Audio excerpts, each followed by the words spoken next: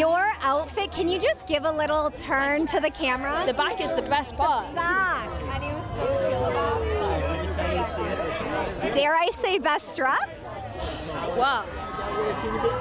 That would be an honor to be best dressed. This is my favorite suit I've ever worn and probably ever will wear. You look amazing. This is so cool. Tonight, it's all about you. Congratulations. How are you feeling? It's really, yeah, I don't really enjoy these events, although this is so lovely. Like, I'm trying to see it as a real celebration, all the fans being here in like the fan pit and just being so excited for a show, like realizing how much the show means to so many people. It's like, makes it feel very special, so I'm very grateful to be here.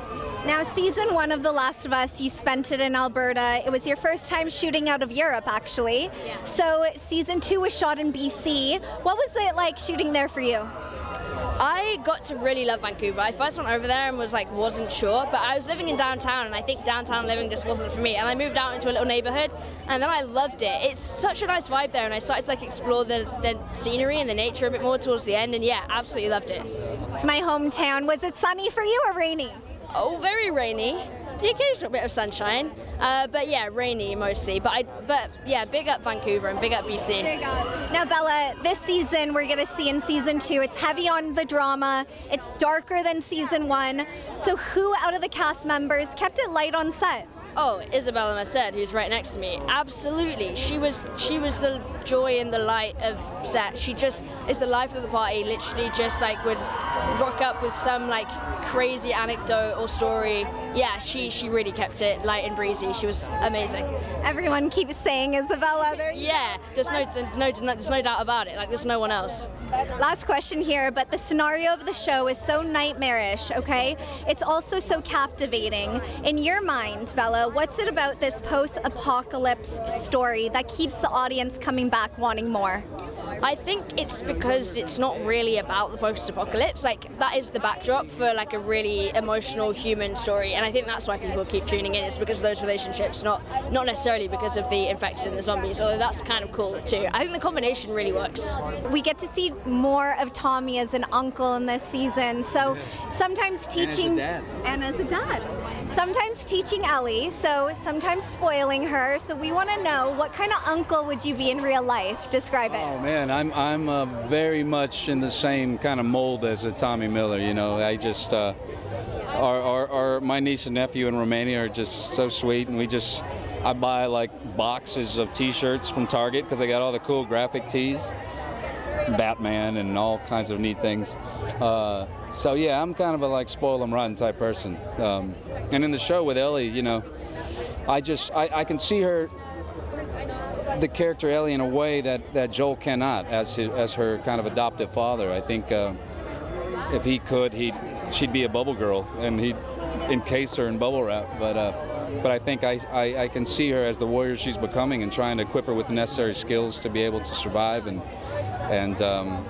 I think it's really fun. You know, it also causes a lot of strain between my brother and I. Just to be the go-between between Joel and Ellie is very, you know, causes a lot of tension. Absolutely. Now, Gabriel, this season, it's heavy on the drama, and it's going to keep getting darker than we see in season 1. So we want to know, on set, out of all the cast members, who is it keeping it light and bright?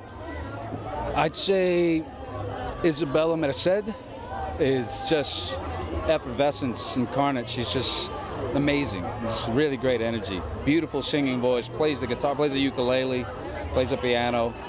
Kaitlyn sings beautifully. Bella, I mean, they're an incredible songwriter. I like to play music, and Young plays guitar as well. I was jamming with Young quite a bit. We're all a very musical group, so I think music kind of permeates through the entire process, and I think it serves the piece really well. Abby's journey takes you as a young actor to some dark places. Yeah. So how do you decompress from that? Bubble baths, you know, a lot of bubble baths. I was coming home very sore from all of the stunts that I had to do on the show, and just doing mindfulness practices and meditating when I can, and just going with the flow. I think that's the best thing I could do. Epsom salts? Oh yeah, for sure. My muscles were desperate for for it. Absolutely. Now this season, Kaitlyn, it's heavy on the drama and it's getting darker than what we're going to be seeing in season 1. So who's that cast member that kept it light and bright on set? Pedro. And Ariella Barrera, who plays Mel in the show. Ariella, I've known her since I was 11 years old. We did our my first movie together. We did, yeah. I was 11 years old when we worked together for the first time. Yeah. What would Pedro do to keep it light? Huh? What would Pedro do to keep it light? Just like totally, like, it doesn't take everything so seriously. He keeps everything light. He jokes around. We made fun of each other. Like, it was the best. I've never worked with an actor like him before. He's very special to me. When I met Bella for the first time, we met up outside Vancouver and we got on a tiny little seaplane and we went flying over the islands, and there was so much turbulence. And after that moment, everything else seemed a little less intense because it was a pretty rickety ride. Once you connect in a seaplane, there's no going back. Once you lock eyes with just absolute dread and fear, it alleviates a lot of the other symptoms of pressure on a set. Yeah. That's so funny. Okay, well, I'm glad you guys made it out all in one piece. Yeah, it was a nice view. There you go. Now, this season is very heavy on the drama, okay? So it's going to get darker than what we saw in season 1. So who out of the cast members was kind of that light on set of this one? Probably Isabela Merced, just a ray of sunshine. No matter how dark and crazy the set got, Isabela is always like such a ray of light. Yeah, brought it out of everyone else. That's so sweet. Yeah. Last question here before I let you go enjoy your night, but the show, like the game, it's all about survival, okay? So what are your top 3 things you need to survive on The Last of Us Season 2 set? Some waterproof or water-resistant clothes, because you get wet a lot. A sense of humor and a guitar. I think a guitar was so important on set. We were jamming, we had kumbaya sessions all the time. What were your survival needs for The Last of Us Season 2 on set? Tim Hortons. Needed some Tim Hortons to start the day. What else? I was also on a weird diet, so like boring ass food. Sorry, I can't say ass on air. Boring ass food and Tim Hortons. So that was my flavor. It was my fuel too, honestly. So I needed fuel and then I needed some food. What in specific at Tim Hortons? I'm a classic black coffee guy. Yeah. I don't get funky with it. I had a phase when I was in college that I had funky drinks, but now it's literally just black coffee. Okay. Yeah, which is chaotic, and I'm sorry, and don't judge me. Last question here, but we're getting more infected than season 1, okay? So we're gonna see more stalkers, so I have to ask, 1 stalker or 3 clickers, and what would be your preferable scenario? 1, just because there's ambushing is really my fear, right? When I'm not able to capture everything in my, like spiders, for instance. Like, they scare me because there's you don't know where they are. And so this idea of 3 or multiple is a little bit harder to conceptualize than just 1. So I'd go 1 over 3, which is crazy, but whatever. The settlement is growing in the new season. Tell me about the differing perspectives of Maria and Joel on the growth. You know, I think Maria is very protective of the community, but she's also trying to save as many endangered people as she can. And her and Joel are working on that together. I know we were kind of at odds the first season, so now we're sort of working together. And I think she's just trying to make sure that anyone who needs to be in our camp can be, because outside of the Jackson walls is a crazy world. I'm not a gamer. Now, obviously, this season, Watched the whole first season. this son. Clutching my pearls.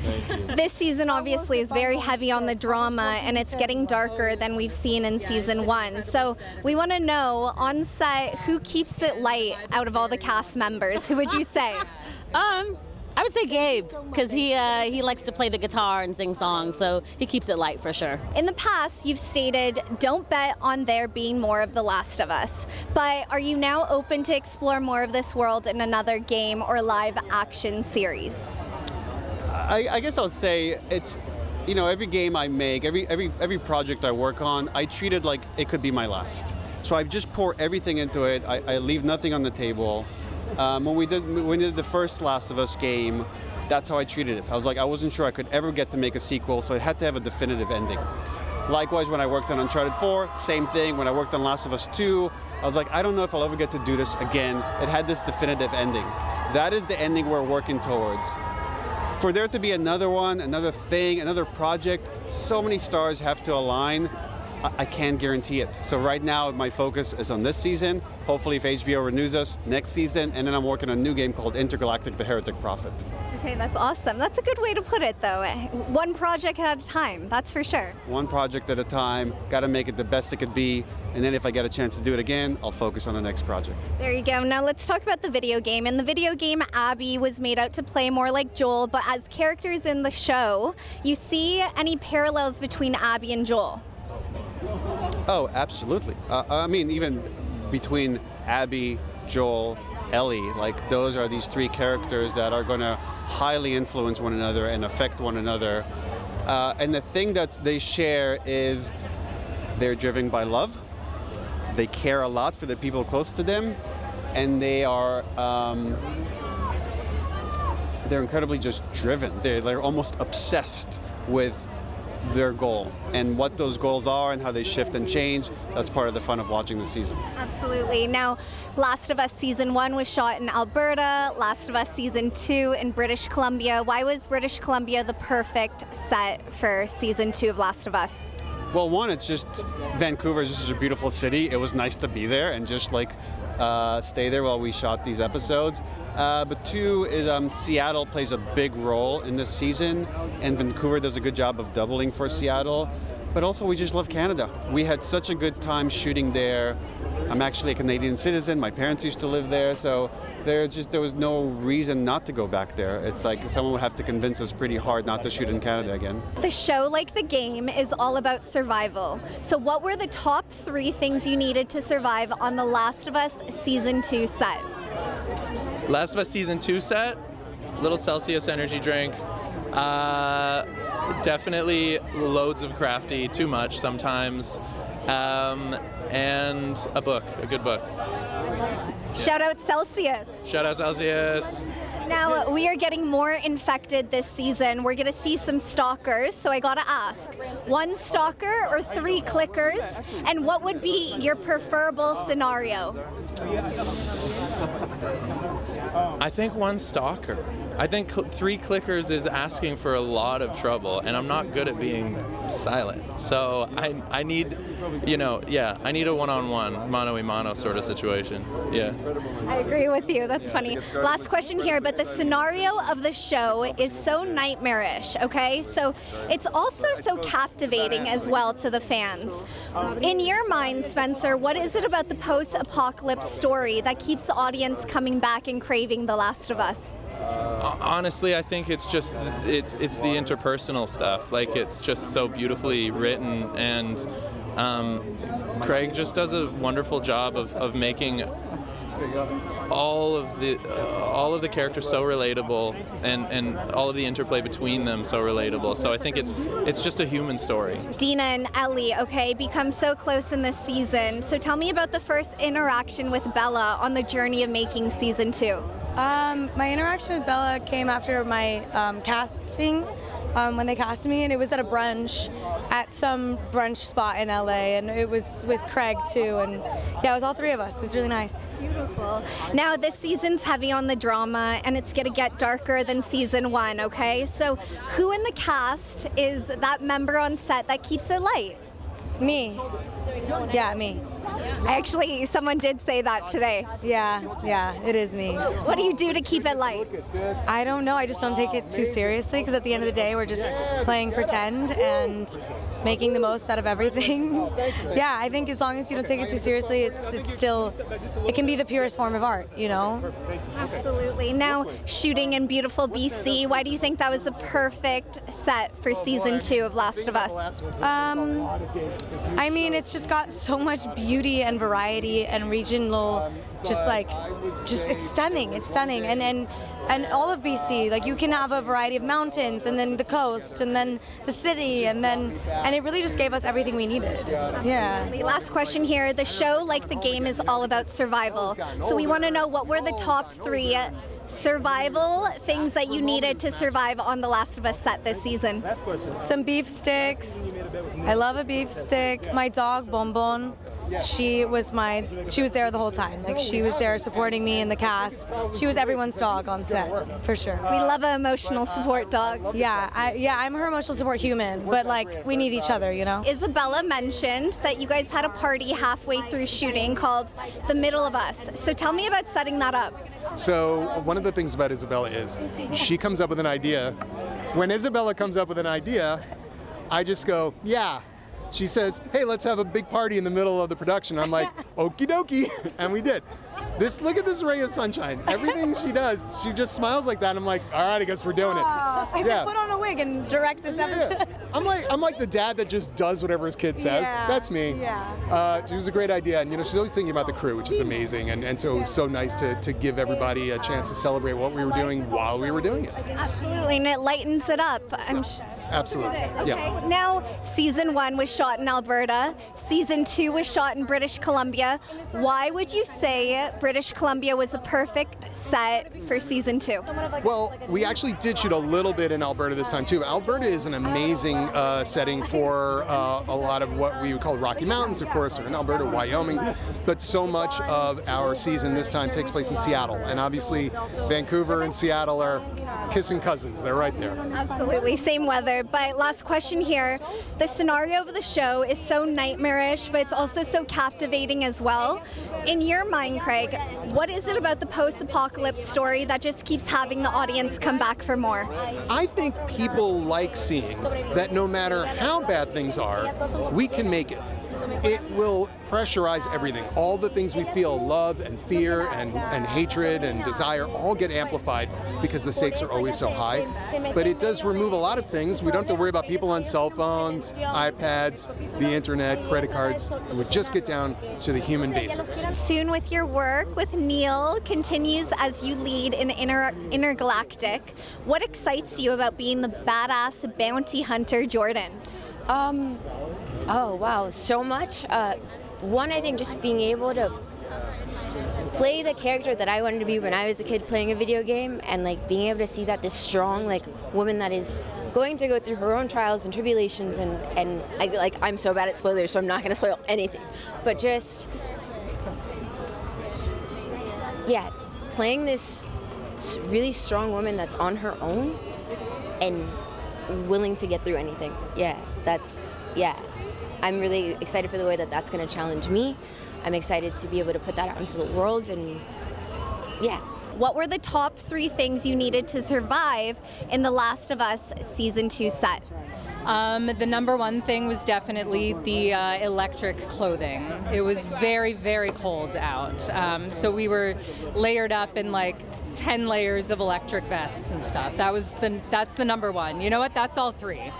Electric vest, hat, socks. Yeah. Shooting in BC, how was that for you? Oh, it was beautiful. Yeah, it was really lovely. The production traveled around a lot, and we got some warm weather, some more wintry weather. We got kind of the whole tour. It was beautiful.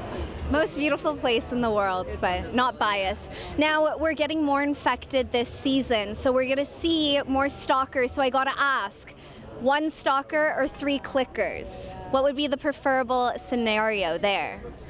I mean, I don't know that there's a preferable scenario there. Maybe clickers. They're more predictable, I think. Yeah. In the video game, Abby was made out to play more like Joel, but as the characters in the show are shown, do you see any parallels between Joel and Abby? Oh, 1,000%, right? Both of them are dealing, I'm trying to think about how I can answer this while still being super cagey.